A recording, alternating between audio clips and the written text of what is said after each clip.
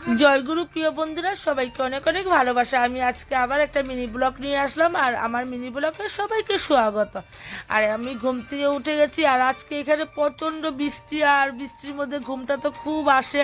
সকালবেলা উঠতে ইচ্ছা করে না, কিন্তু উপায় নেই, যেহেতু দাদাভাই এখন মানে ডিউটি যাবে, দোকান যাবে। উঠে আমি ফল কেটে নিয়েছি, যেন দাদাভাই সকালবেলা মানে অসুস্থটা হওয়ার পর থেকে দাদাভাই সকালবেলা ফল খায়। দাদাভাইকেও ফল কেটে দিলাম, আর আমিও ফলটা খেয়ে নিলাম। খাওয়ার পরে আর এখন চাটা বানিয়ে নিব। চাটা বানিয়ে দাদাভাইকে চা দিয়ে দিব। আর তোমাদের এখানে বৃষ্টি পড়ছে নাকি একটু অবশ্যই কমেন্টে বলো। তারপরে আমি ঘরটার পরিষ্কার করে ঘরটা মুছে নিব।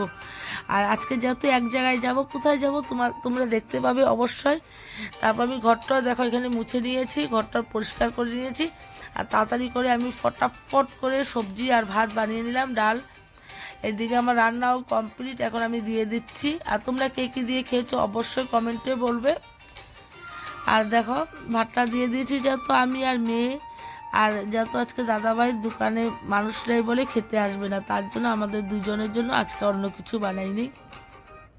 আর আমি এখন যাব বন্ধুরা কীর্তনে।